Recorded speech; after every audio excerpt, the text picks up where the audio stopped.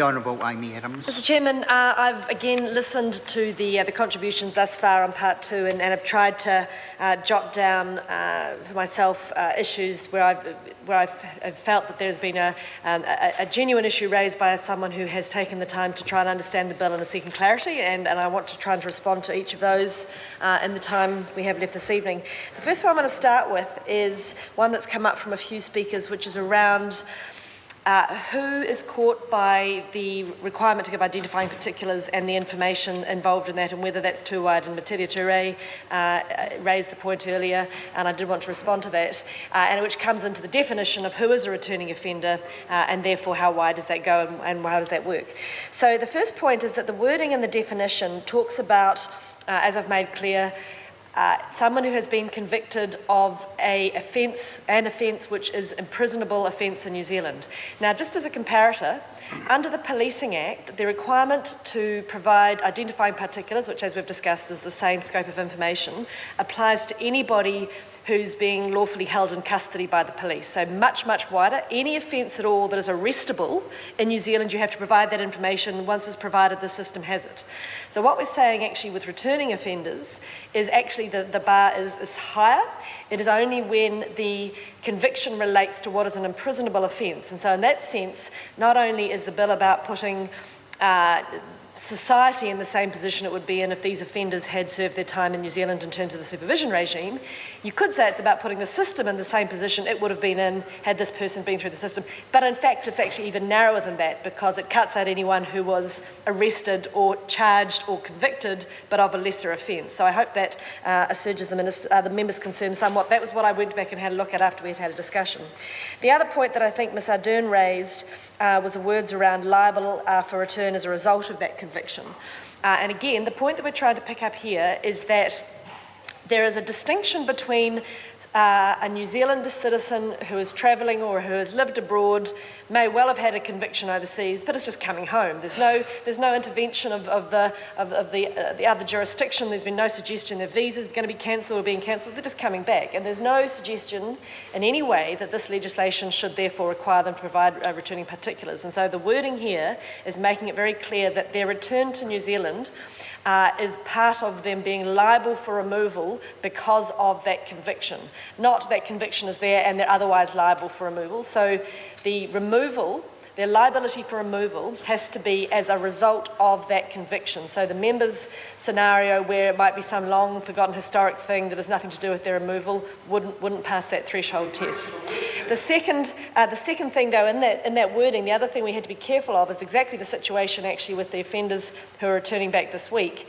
You can be liable for removal, you can have had your visa cancelled, you can be going through a review process, or you may just have decided, I'm not going to fight it, I'm just going to go back voluntarily.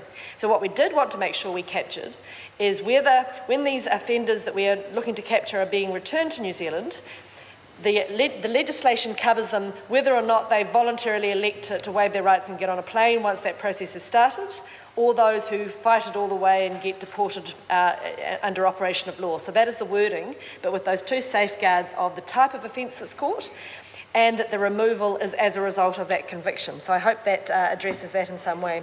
I want to come to David Parker's comment about Clause 28, which I think you raised in Part 1. I didn't respond then because I knew it would come up more appropriately in Part 2.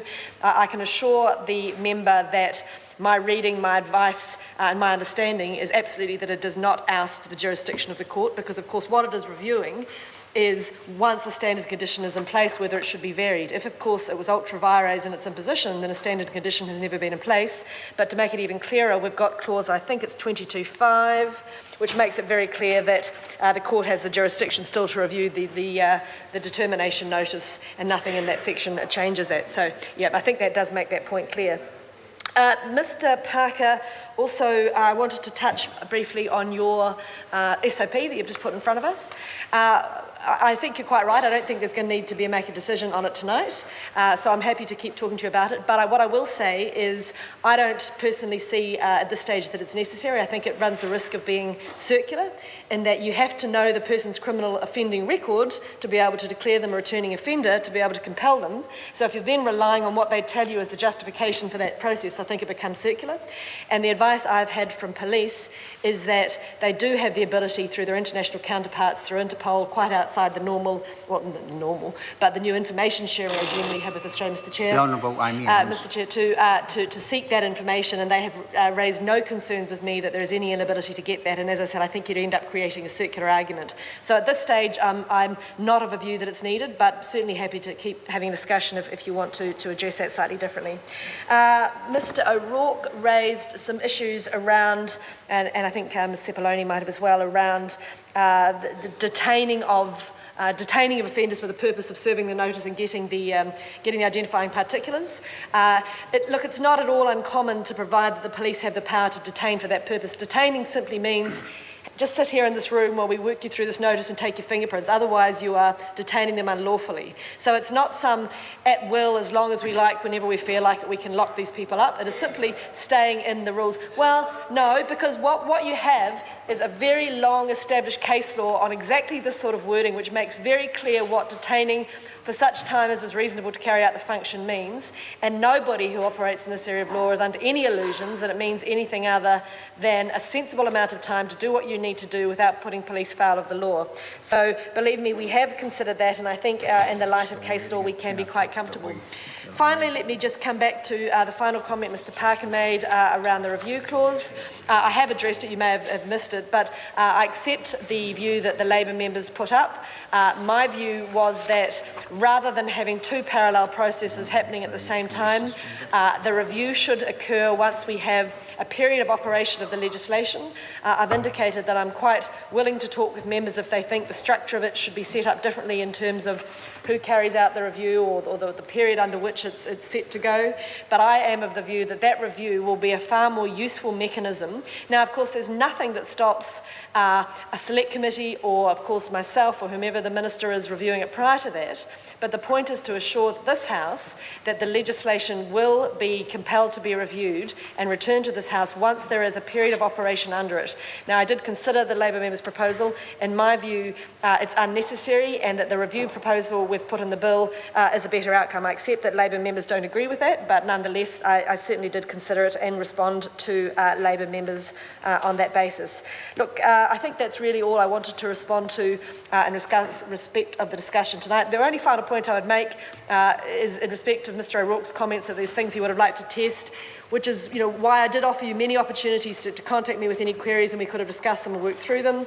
You didn't take that up, which is of course your right.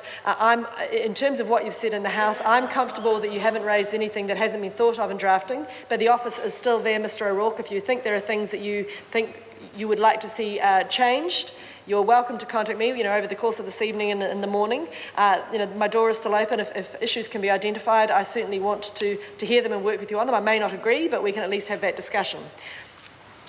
I call Kelvin.